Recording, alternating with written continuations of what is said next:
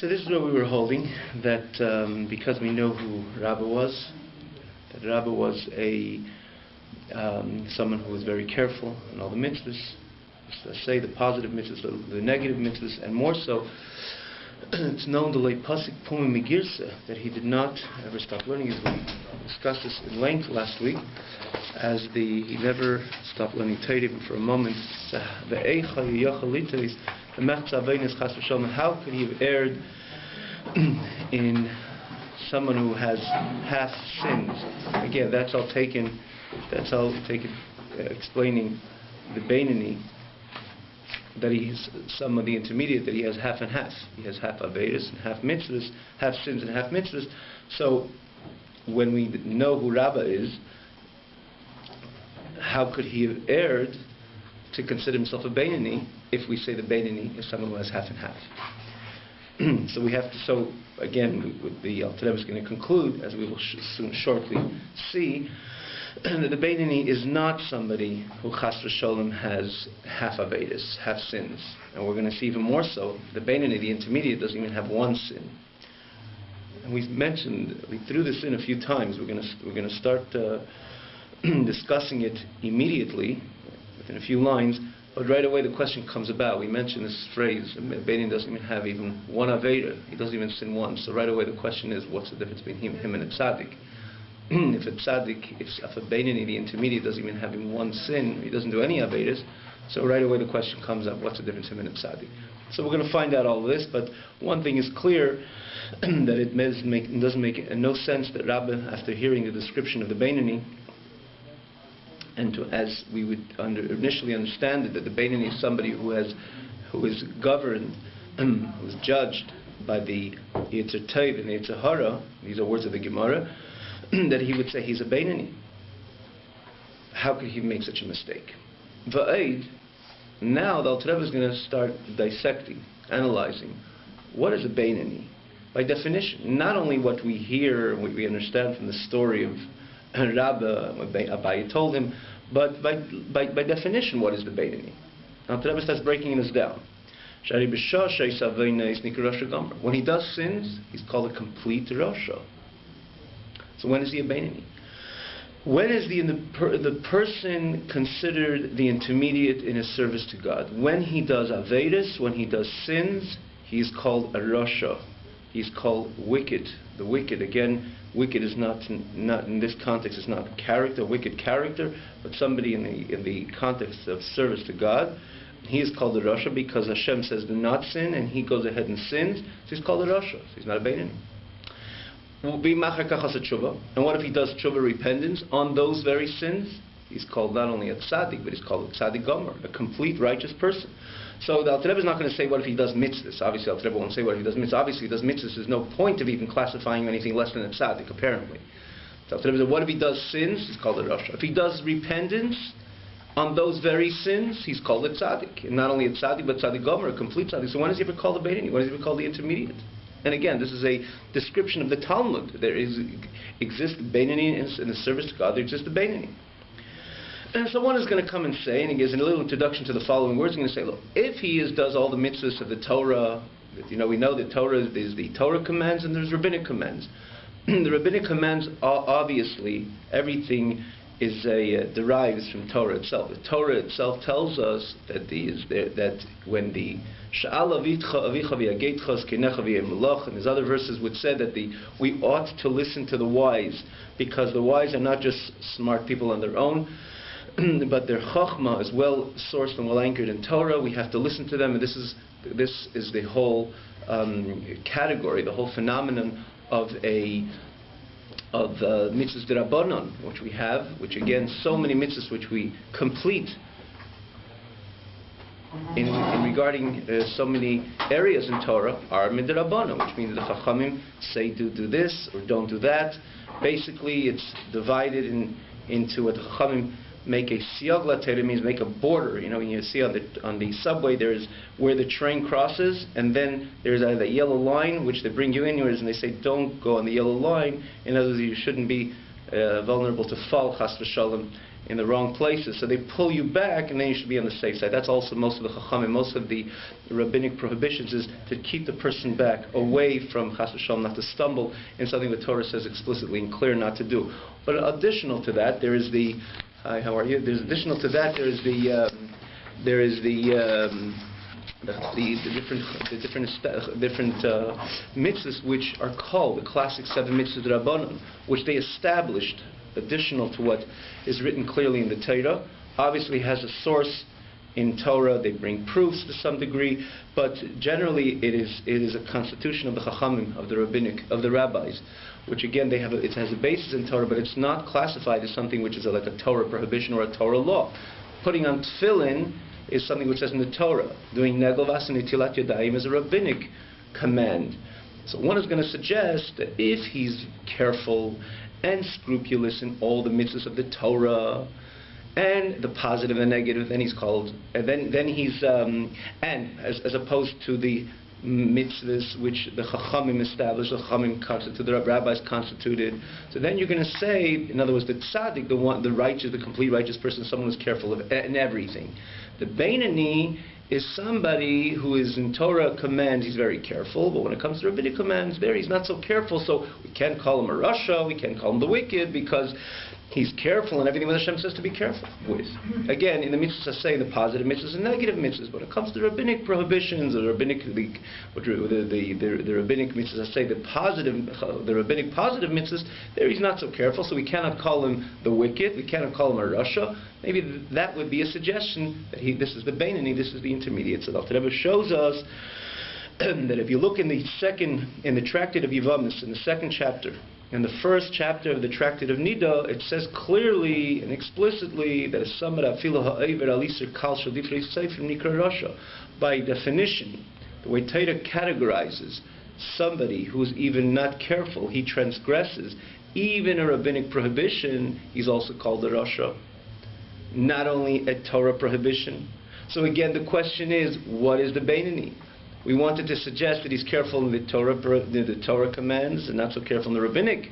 But we just see over here that even someone who transgresses a rabbinic, an Isur Kal, which is a light prohibition of the Chachamim, is also called a rasha. So where is he the Beinani?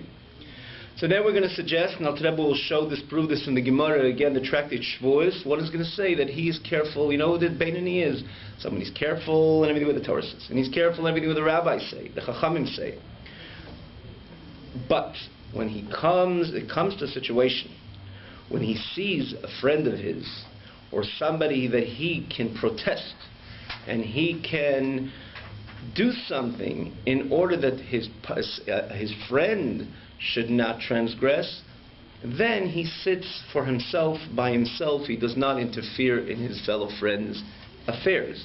And we know there's a mitzvah which says one has to be very careful, not only in his own completing the mitzvahs, all the precepts, but also to be careful also to make sure that if another fellow yid is also careful with all the Torah mitzvahs.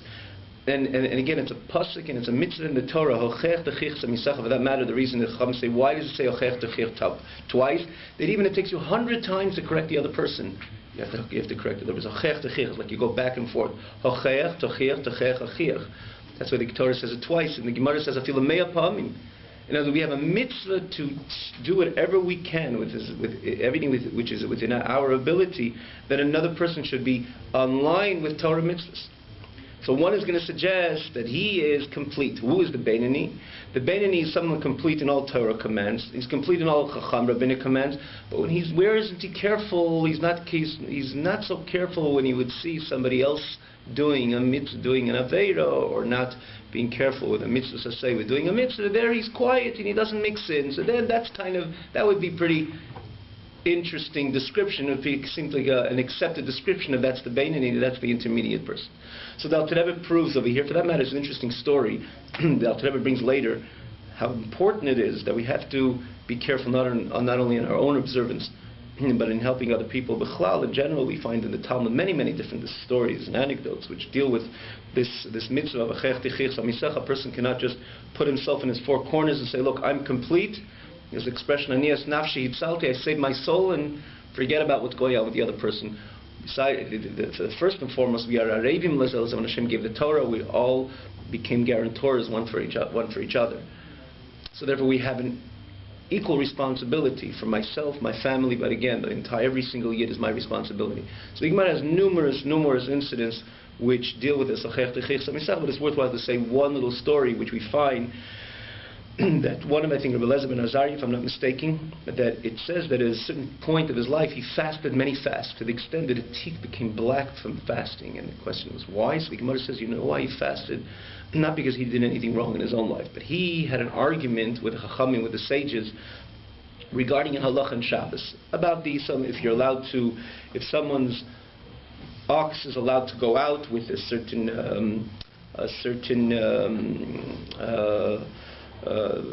kind of type of chain or so, and he argued with the Chachamim. He said that they were allowed to. Chachamim said you weren't allowed to. So obviously the halacha is usually a normal basis, and now sometimes there's exceptions. Even when there is the many, sometimes according to the Gemara there's exceptions.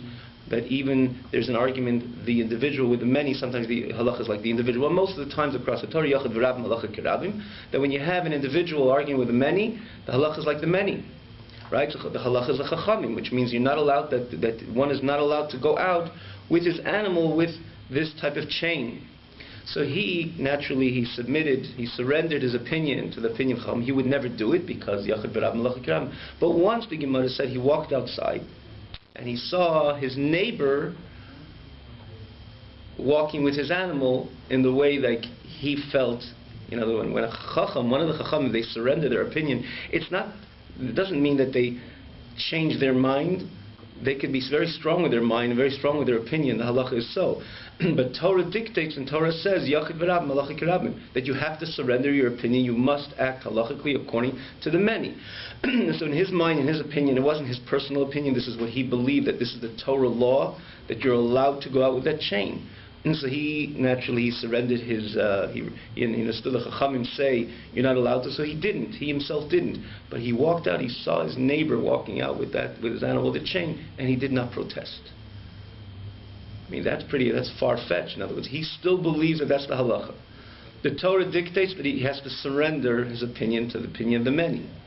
So he walked outside, he saw his neighbor walking out with the animal in such a way, apparently, what is so terrible? He was silent because he was still convinced that halacha is so. He wouldn't, God forbid, transgress because he knows that yachid v'rabim halacha kirabim, that you have to follow the opinion of the many. So he didn't protest. He said he did to such a degree. He did his tshuva, he repented on this so strongly that he fasted so many days till his teeth became black because he did not protest on his neighbor which walked out like his opinion, not like the opinion of the Chachamim, and he did not protest. To that degree, it's important to understand how much we're responsible, one yid for another yid. And therefore, the Alter Rebbe disproves this idea, this notion that the Beinoni is somebody who's complete himself, but he's not careful in protesting with others. And he says, Alter Rebbe brings from the 6th chapter of the Tractate of Shavuos, you have the ability to protest and you don't protest. You call the Rasha. He's always called the Rasha. So again, every way you're going to try to describe the Beinoni, the intermediate, it really doesn't work. It really doesn't work. He's careful in Torah and the Torah laws, and he's not so careful in he's a Rasha. He's careful with everything. He doesn't protest with somebody. He's also a Rasha. When in the world is he a Beinoni? When could he ever be? When could it be a case that he could be called the intermediate? So how much more so? So if you protest, you don't protest, you're called a Rasha. And if you transgress a rabbinic transgression, you're called a Rasha. So how much more so? How much more so it is when someone is not careful, or he does not complete a mitzvah, saseh, something which the Torah says that you have to keep, which in other words you have the ability to keep that mitzvah saseh, and you don't keep, you transgress, and you do not keep that mitzvah saseh, or you transgress a leis. In this case, means that you don't complete this mitzvah saseh. For example, someone has the ability to learn Torah. Where is the mitzvah? Where does it say that we have to learn Torah? Where does it say about this mitzvah of learning Torah? It says it clearly in the Torah. It's a deiraisa. It's a Torah command that one has to utilize every moment he has to learn Torah. And therefore, someone has the ability to learn Torah and he does not learn Torah. Our sages deal with this matter, and he says that there's a pasuk which says Dvar Hashem baza ikaris tikaris. He embarrassed, he shamed the word of Hashem, and God forbid there's an expression, a very severe expression in the Torah that Hashem says ikaris tikaris. You'll be cut off away from Am Yisrael, as we know. The description of karis, it's a pretty severe description. The Bezdin, in other words, the human court, Bezdin cannot, God forbid, do anything to him, but there's, in heaven, there is the karis, Rahman al-Islam, God forbid, which is a severe punishment, which is again applied, the Chazal say this applies for somebody who does not utilize adequately his ability in learning Torah. So somebody who is if he's called a Rasha for even a rabbinic prohibition, if he's called a Rasha and he does not protest when he can protest, how much more so when he has the right ability to learn Torah, which is a Torah command, for sure that this person is certainly careful not to waste a moment of, in other words, he fulfills this mitzvah of learning Torah again in the most complete manner possible. And if he does transgress this mitzvah, how much more so would he be called a Rasha? So if he's called a Rasha by Torah law, if he doesn't protest, how much more so he's called a Rasha if he transgresses a rabbinic prohibition? If he's called a Rasha by transgressing a rabbinic prohibition, he's again even more certainly called a Rasha when he transgresses a Torah prohibition. Learning Torah is a Torah command. So certainly the Beinani is certainly careful in that. The Beinani does not have that sin of, God forbid, of wasting the time he has the ability he has to learn Torah and would not learn Torah. Just one point over here, interesting. If you look at over here, the word even is apparently, just to analyze this one word, just to get an understanding. Today it comes from a very realistic approach over here. You cannot say, even if someone, for example, you say that a short person could reach this high part of the wall. Even the tall person could reach this high part of the wall. That grammatically doesn't make sense, right? You say the tall person can, you say even the short person, because he's shorter. So then the word even works on him. In this case, Al Rebbe says, the Beinani doesn't even have the sin of Bittul Torah, in other words, not utilizing the time he has to learn Torah, and again he would transgress that mitzvah. You can't say even when you're dealing with a Torah command, right? You say even it's a rabbinic command, or rabbinic command in comparison to protesting by another person. You say rabbinic command is a Rasha, even a Rasha when he doesn't protest. But how could you say even when he doesn't learn Torah? How do you say the word even when he doesn't learn Torah? Learning Torah is a Torah command. The reason why the Alter Rebbe uses the word even over here is because, going back to what we spoke about in length last week, that after all said and done, learning Torah is a Torah command, but practically and technically it is the hardest mitzvah to keep in the full sense of the matter. As we mentioned before, the idea of Torah is to utilize every moment I have, and I have the ability to learn Torah. I have to learn Torah. That is technically a very hard mitzvah. As we said, we spoke about this last week. Every other mitzvah, as opposed to every other mitzvah, I put on the tefillin, it's a mitzvah. It can't say it's easy. You can never say it's easy. Every mitzvah we have to place some type of effort. Go to shul, or take out your tefillin. If you do it at home, you put on the tefillin. As an example. Or every mitzvah, sit in the sukkah, you got to go out to the sukkah and you make a bracha in the sukkah. It's some type of an effort. But one thing is clear: once you've done it once, you've done the mitzvah. You don't have to do it again that very day. So the next day you don't have to do it. In the lulav and Esther, all the mitzvahs we do.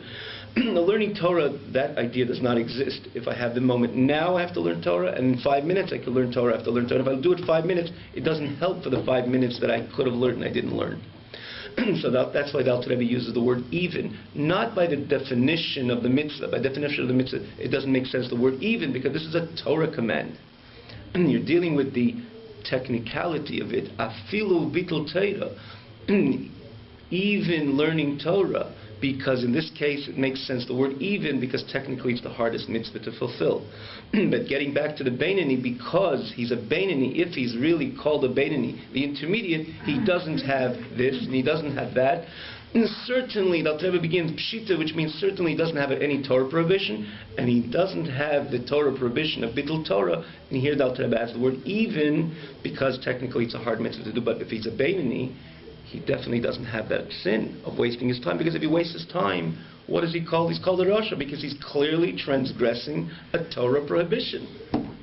And if he transgresses any prohibition, he's called a Rasha.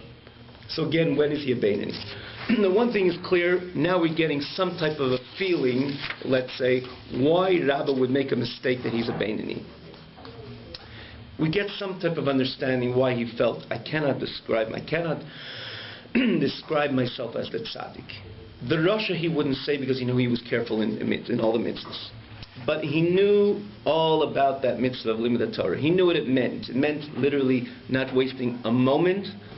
It doesn't mean not wasting an hour by definition. Let's talk about it by definition. It doesn't mean not wasting an hour. It doesn't mean not wasting 10 minutes. It does not mean not wasting a minute. It means not wasting a second. Let's talk about it conceptually. You can never say, well, it probably means you wasted an hour. Why an hour? Why not 5 minutes? Okay, so let's say 5 minutes. No, but maybe it means a minute. But the minute is broken down to 60 seconds. And in 60 seconds, one can get a complete thought of Torah. So if someone wastes, again, by definition, someone wastes even 5 seconds, or you could even break it down maybe 1 second, and maybe even a millisecond, that he could learn Torah, and he doesn't, by definition, it's a transgression. So Rabbi was very careful. Last week, the Malach HaMavis had the angel of death had a problem with him. He couldn't catch him because he was always learning Torah. But we still get now we get a little bit of the feeling, now that we understand what the Beinoni is or is not. He's certainly not someone who does half mitzvahs, half averos. We certainly can understand why Rabbi would make such a mistake. Because right now Rabbi knew all these Gemaras, and he knew that every small sin you're called a Rasha already, so he knew he doesn't sin. So he's not a Rasha, but he didn't feel very comfortable calling himself a tzaddik yet, because he was focusing on that mitzvah of learning Torah. That learning Torah, he knew he was learning, he utilized every second, but he said, maybe there was 1 second in my 24 hours, or in my year, or my 20 years. There was 1 second that I could have learned and I didn't learn. No more tzaddik. So that's a suggestion why Rabbi would call himself a Beinoni. That's the same Shemaki Torah Batzim. Now, we still don't understand what the Beinoni is, by the way. Right? Because if he really transgressed and he wasted a second, by definition, he's called a Rasha again. So when is he a Beinoni? But we're just getting the kind of the feeling that why Rabbi would not say he's a tzaddik. Because he always felt regarding that mitzvah, he wasn't adequately careful. So the Alter Rebbe doesn't say, okay, now we know what a Beinoni is. We still don't know what a Beinoni is. Because if he really transgressed, he's a Rasha. If he didn't transgress, he could be a tzaddik. He's not a Rasha. But after we'll find out what the Beinoni is, it will even contribute more to this notion why Rabbi thought he was a Beinoni. But before anything that Alter Rebbe throws in this line, because some type of understanding, when Rabbi said the words, he uttered the words, like I'm a Beinoni, it's not something, we don't have such a question like we had last week. Before the Alter Rebbe brings these Gemaras and says, every Aveira the person becomes a Rasha. So he knows he's careful in this, he's careful in that.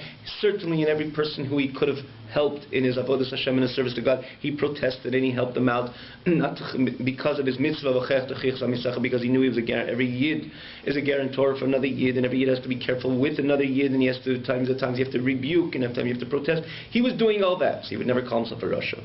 But that one mitzvah of learning Torah, he always felt maybe I was lacking a little bit, so I cannot call myself a tzaddik. When am I? Maybe a Beinoni. Don't know what a Beinoni is yet, but he knew he wasn't a Rasha. He knew, again, if he knew clearly that those 5 minutes that I transgressed and I did not learn Torah, despite I had the ability to learn Torah, he would also not call himself a Beinoni. He would certainly say, I'm a Rasha. Imagine someone learns a whole day, all night, and he officially stopped 5 minutes and said, I am not learning these 5 minutes. Advertently, or, he wasn't careful enough. He would not call himself a Beinoni also. But he didn't know on his conscious mind of any stopping to learn Torah, any transgression of this mitzvah of Torah. On his conscious mind, he knew every moment he did utilize learning Torah. But subconsciously he felt, because it's such a difficult mitzvah to keep, therefore maybe I transgress. if I transgress, I'm not a Rasha. I'm not a tzaddik anymore. A Rasha I don't know. Because on my calendar, my schedule, I am keeping every mitzvah of limud Torah. But I can't call myself a tzaddik, but maybe I wasn't careful enough. And we will skip this little Haggah, which is the note. We will turn to the other side, just to get the flow. Maybe one day we'll come back to it. But let's go on. V'hada amrinon. V'hada amrinon in the English is, as for the well-known. So the Alter Rebbe goes on and says, I'm bringing proofs in the Gemara very clearly that demonstrate, without a question, that a Beinoni doesn't even sin once. Across the board. Again, the Torah prohibitions, the rabbinic prohibitions, he's careful with his friend and so on, he doesn't sin once. He is the Beinoni, he is called the intermediate. But we know that even in halacha there's a concept of a tzaddik, rosh, and a Beinoni. The Beinoni is somebody who is called like the average guy, a little bit of this, a little bit of that. There does exist this phenomenon of the Beinoni, and even, in halacha, the Rambam brings it also when Hashem judges the world, or Rosh Hashanah, the Rambam brings it starting from the person, Hashem judging the individual, Hashem judging a community, Hashem judging the entire world. And Hashem, Alter Rebbe does use this term of Beinoni, that there is in the judgment again of the world, it says if there's most of there's more reis chuyos, in other words, there's more merits and just less sins, Hashem will tip the scale to the good, and chas v'shalom the other way around. And then the Rambam as well deals with the individual. He introduces this idea, or he deals with this idea that there is a concept of majority of mitzvahs, Hashem will tip the scale to the good when Hashem judges the person. So we know that it does exist. You cannot wipe away the whole concept, the whole notion of a Beinoni or a tzaddik and a rasha different than we know it. How do we know a tzaddik? A tzaddik is somebody who's a good guy, usually he's a good guy. The rasha is usually a bad guy. The Beinoni is right in the between. It does exist, even in Torah sources, it does exist this concept. So Alter Rebbe asks on himself, I just described the Beinoni intermediate who doesn't even do one sin, because the moment he does any sin he's called a rasha, but we know there's a concept of mechzal mikra Beinoni b'reis chlois mikra tzaddik. We know there's a concept that half and half is called the intermediate, and when you have majority mitzvahs you're called majority merits you're called a tzaddik. So Alter Rebbe says, in truth, the truth of the matter is, it's not an intrinsic name to the rasha, it's not an intrinsic name to the Beinoni, and it's not an intrinsic name to the tzaddik. It's a shem hamushal. Shem hamushal means it's a borrowed name. It's extrinsic. What does it mean it's extrinsic? Pertaining le'inyan schar va'einish. You're dealing with reward and punishment, then you have these terms. The tzaddik would be used, the term tzaddik would be used majority merits. The word rasha, the term rasha would be used of majority sins, and the term Beinoni would be used with half and half. But that's not the real definition of the tzaddik, rasha, and Beinoni. Pertaining something else, it's a borrowed name. Borrowed name means sometimes you use a name which is really doesn't belong. It's not pertinent to that case or to that person. You use the name because of something else. You borrow the name, like the idea when borrowing. It's not mine. There's something that belongs to me, you borrow it from me. You borrow my jacket to daven mincha, for example. It's not yours. You need it, and you're going to wear it because it completes your prayer, as an example. But it's not yours. It belongs to me.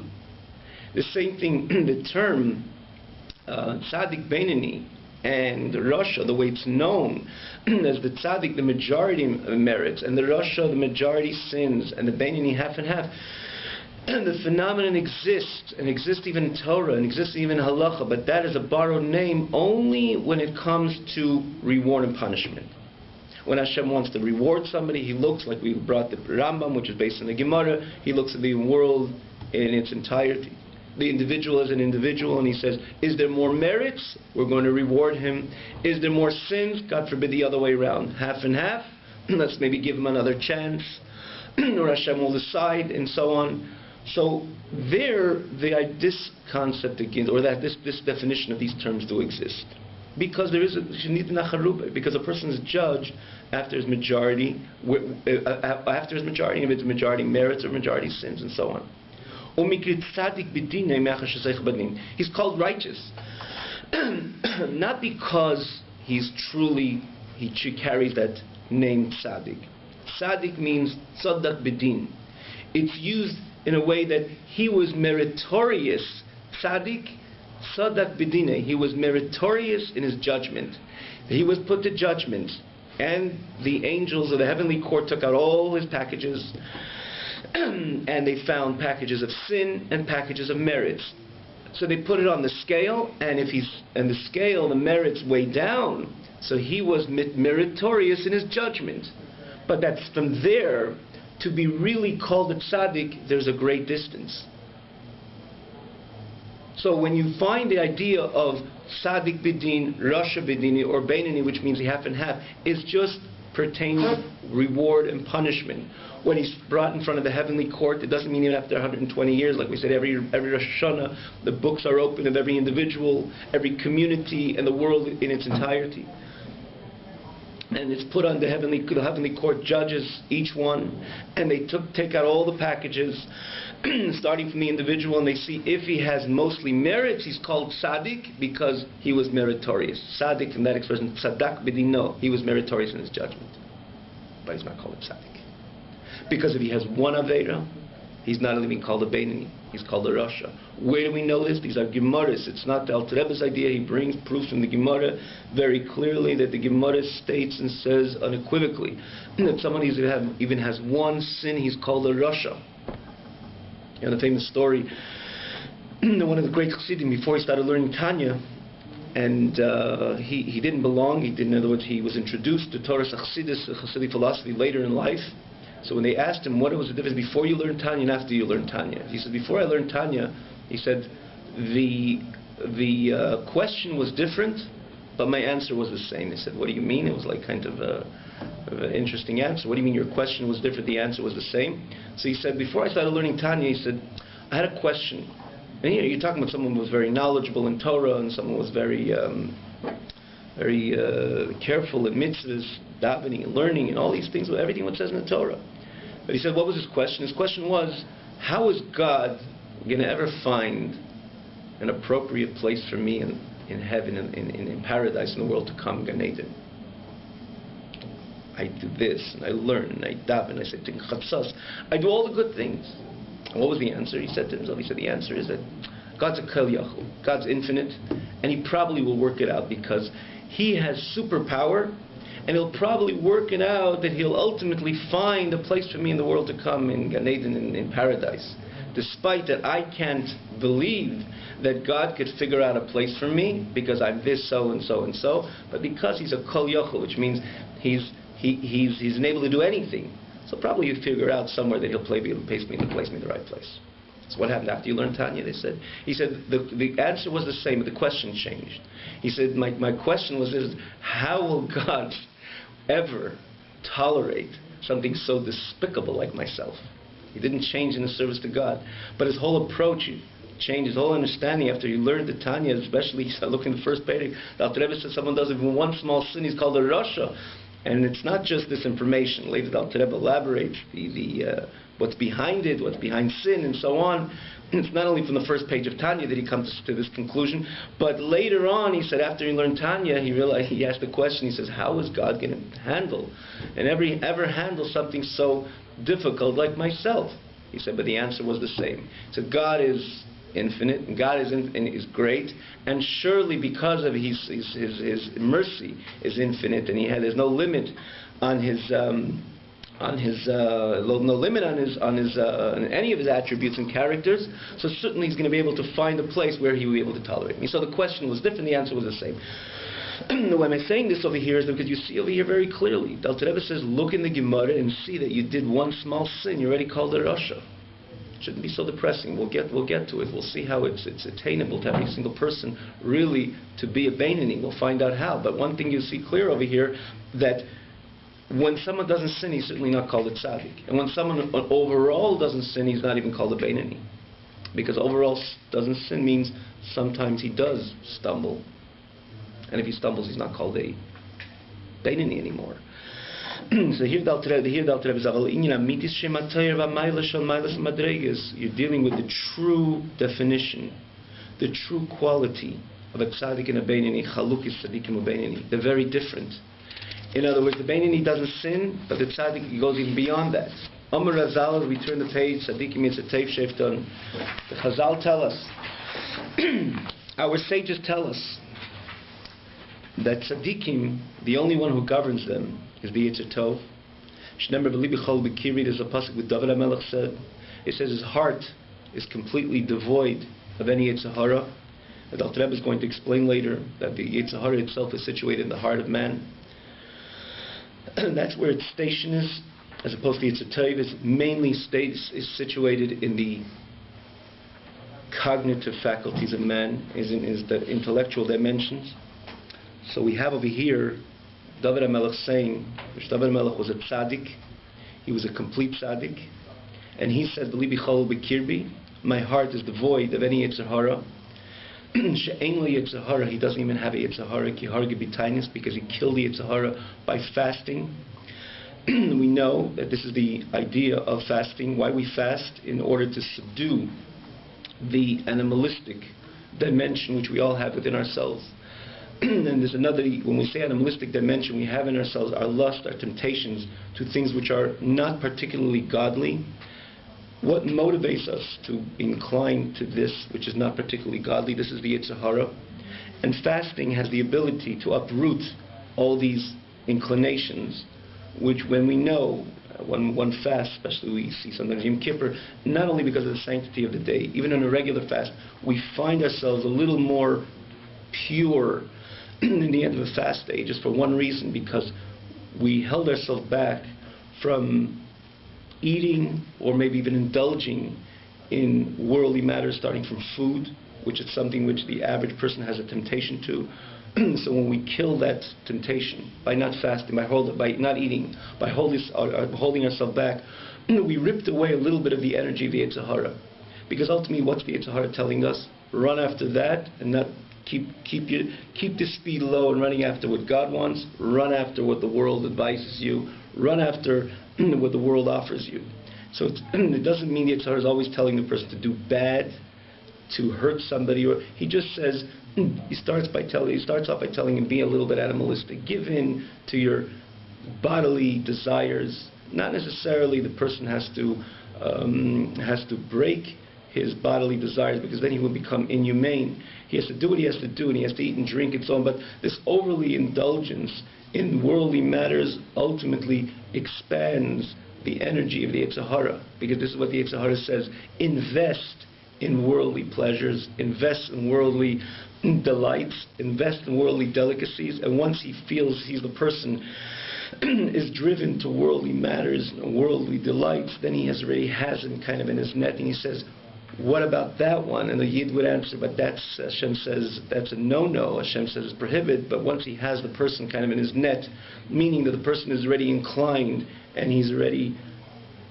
immersed himself, or he's loose when it comes to worldly matters and worldly temptations, so then he says, just cross over that little bit. He starts with a rabbinic prohibition, and then he says, you know what, you're already there, you have such a temptation, go on and go on and go on, and that's where he captures the person.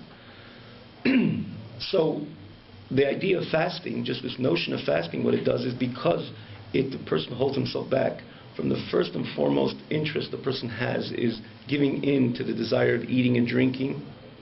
And again, eating and drinking is such a broad bracket. The person could eat and drink what he just needs, and sometimes we could be. That's where a person really takes a step, and being a little bit overly indulgent when it comes to eating, drinking, giving in to that. And even after a good meal, you go by and say, oh, that's a piece of good chocolate cake, maybe I want it also.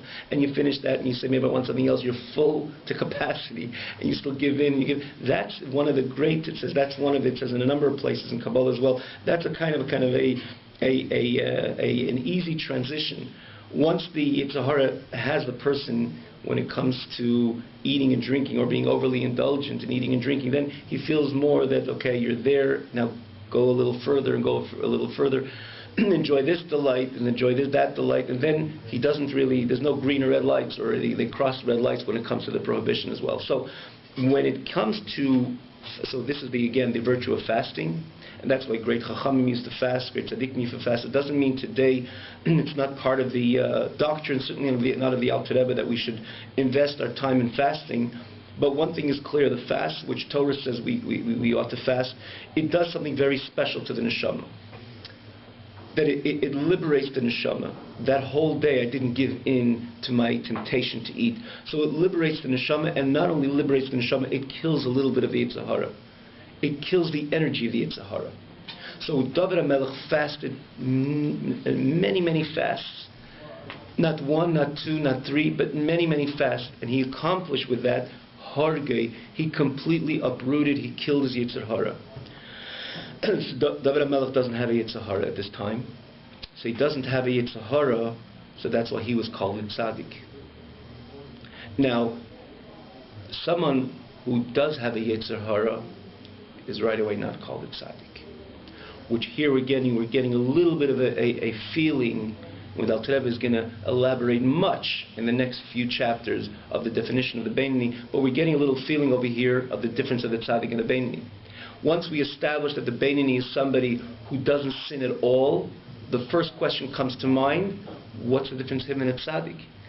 He doesn't sin once. Again, if he sins once, he's a rasha. If he doesn't sin, in other words, he doesn't sin at all. If he doesn't sin at all, what in the world is the difference between him and the tzaddik? We're getting a little bit of a feeling and a taste over here, what the Alter Rebbe is going to expand on later, of the difference of the tzaddik and the Beinoni. The Beinoni still has a Yetzer Hara. He still has that evil inclination. He still has that voice which is telling him, do that, look at that, think the inappropriate, speak the inappropriate, do the inappropriate, but he holds himself back and he says, no, I will not, God forbid, transgress and what Hashem says not to do. And the same thing when it comes to something to do, he has a Yetzer Hara which says, sleep a little more, don't come to minyan, do things later, don't give the charity, don't give it all at once, don't hurt yourself, don't bother yourself so much for God. The Beinoni will say, no, if this is a mitzvah, I'm going to do it. And I'm going to do it vigorously, because this is what Hashem wants. But he still has that voice, which, i.e. the Yetzer Hara, which is telling him, do this and don't do that. And this is right away the difference between him and the tzaddik. The tzaddik doesn't even have that voice anymore, which is telling him to do evil. He doesn't even have a Yetzer Hara. He's kind of, he's like, he's an angel.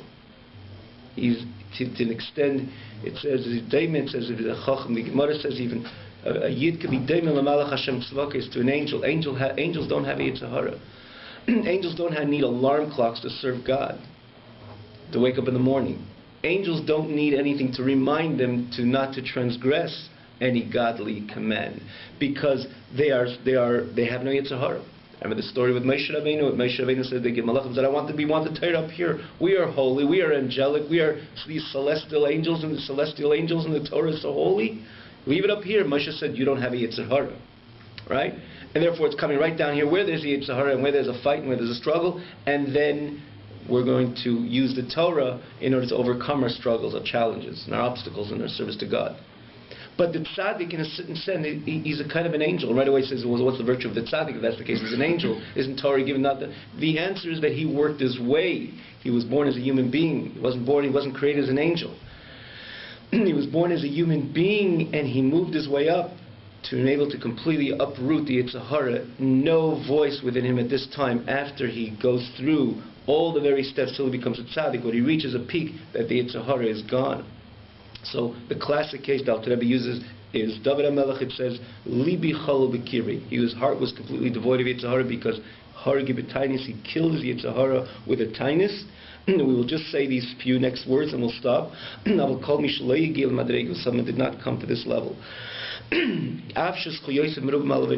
Even though his merits are way over his sins, he's certainly not a tzaddik.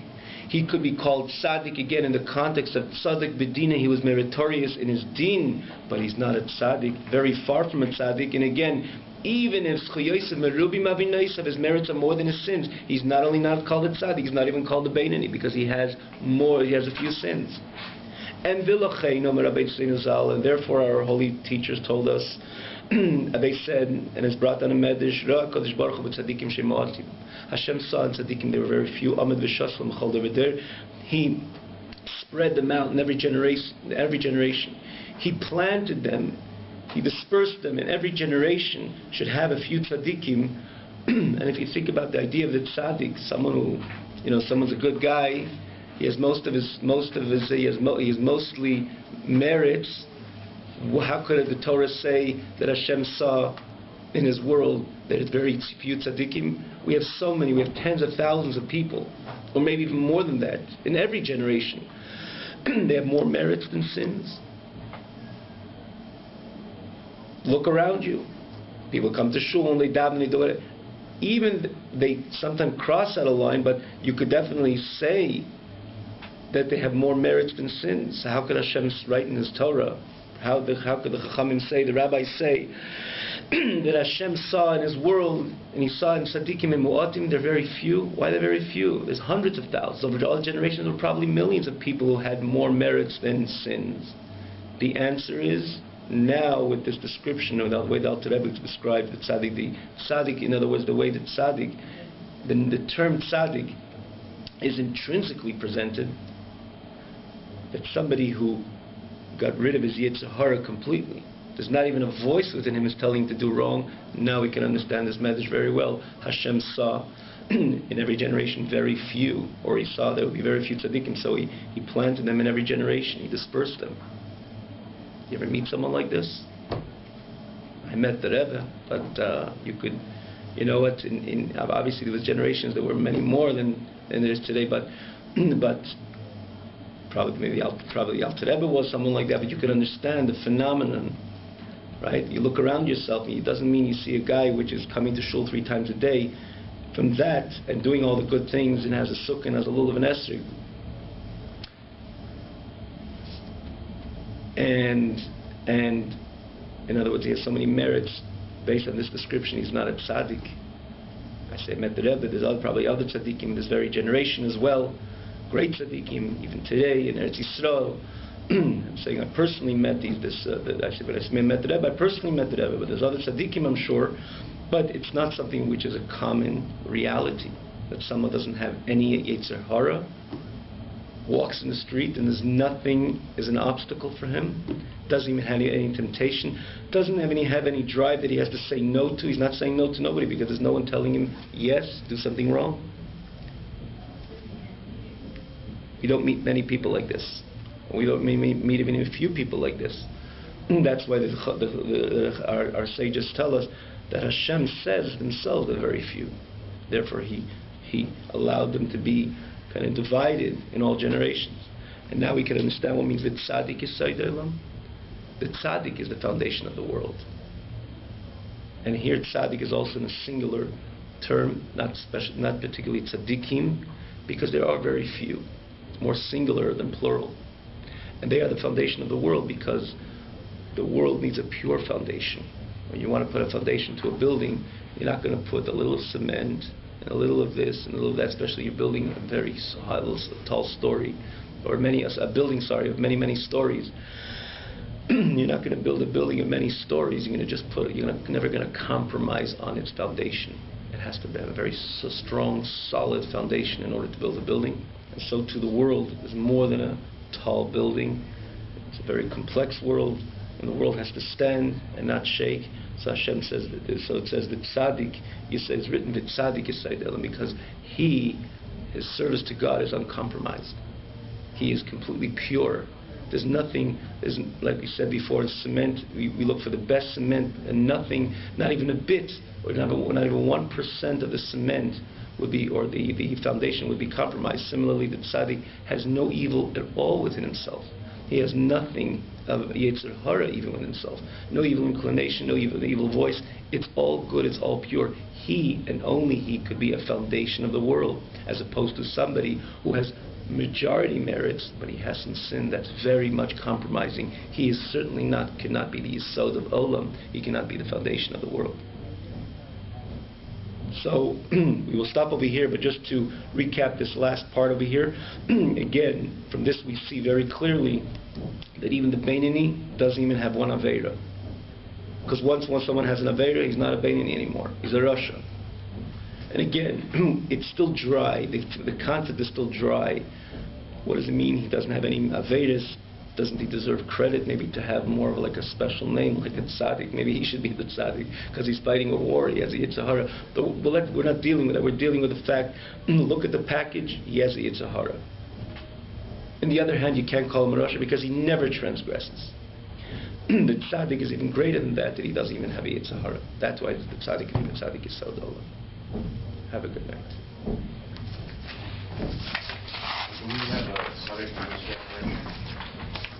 We have a tzaddik in this generation. If you find him, bring him to me. I'd like to see him. Listen, how can I know? You have to be some tzaddik to identify a tzaddik. There's special people in this generation, like we said before. There's the great leaders, and especially in Eretz Yisrael. I can't say that what.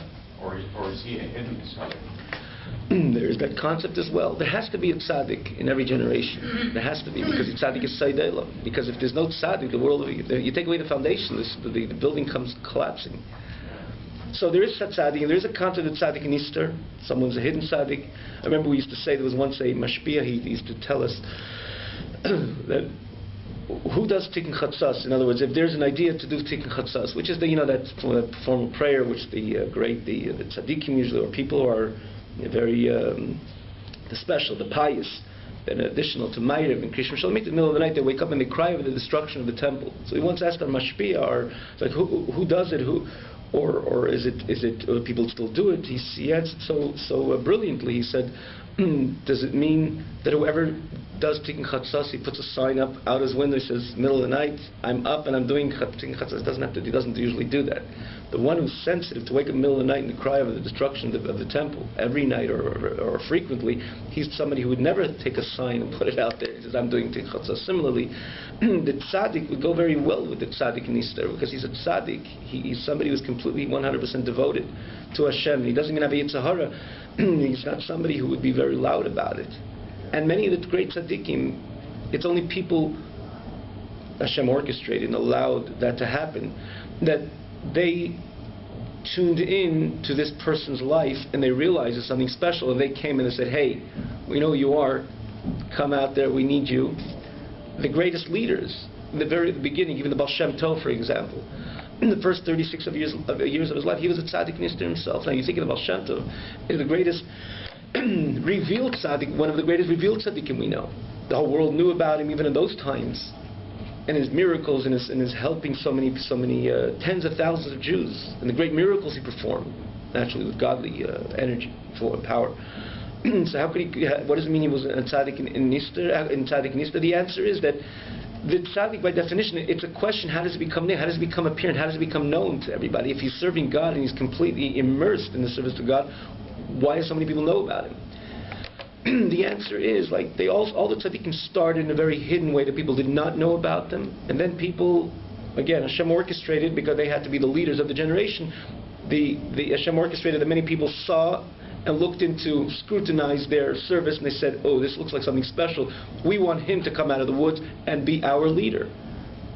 So the tzaddik really goes always together with the tzaddik nister, the hidden tzaddik, because he has nothing, there's no ulterior motives over here. He's a godly person, which is a complete chariot or vessel or conduit to God's desires. So there's nothing to do with the public. He's just completely immersed in his being a tzaddik. And then, if he is from above, in the heavens above, they chose him to be the leaders, because people tap into him and they say, come out of the woods, rather. We want you to be our tzaddik. So with Moshe Rabbeinu, all the great tzaddikim started like that. So if you're asking, there's a concept of tzaddik nister, it makes perfect sense as a tzaddik nister. Probably in every generation as a tzaddik nister. And the question is, how did he become revealed? But the tzaddik, by definition, works so well and so synonymous with the idea of nister, hidden, because there's nothing else other than his connection to the Almighty.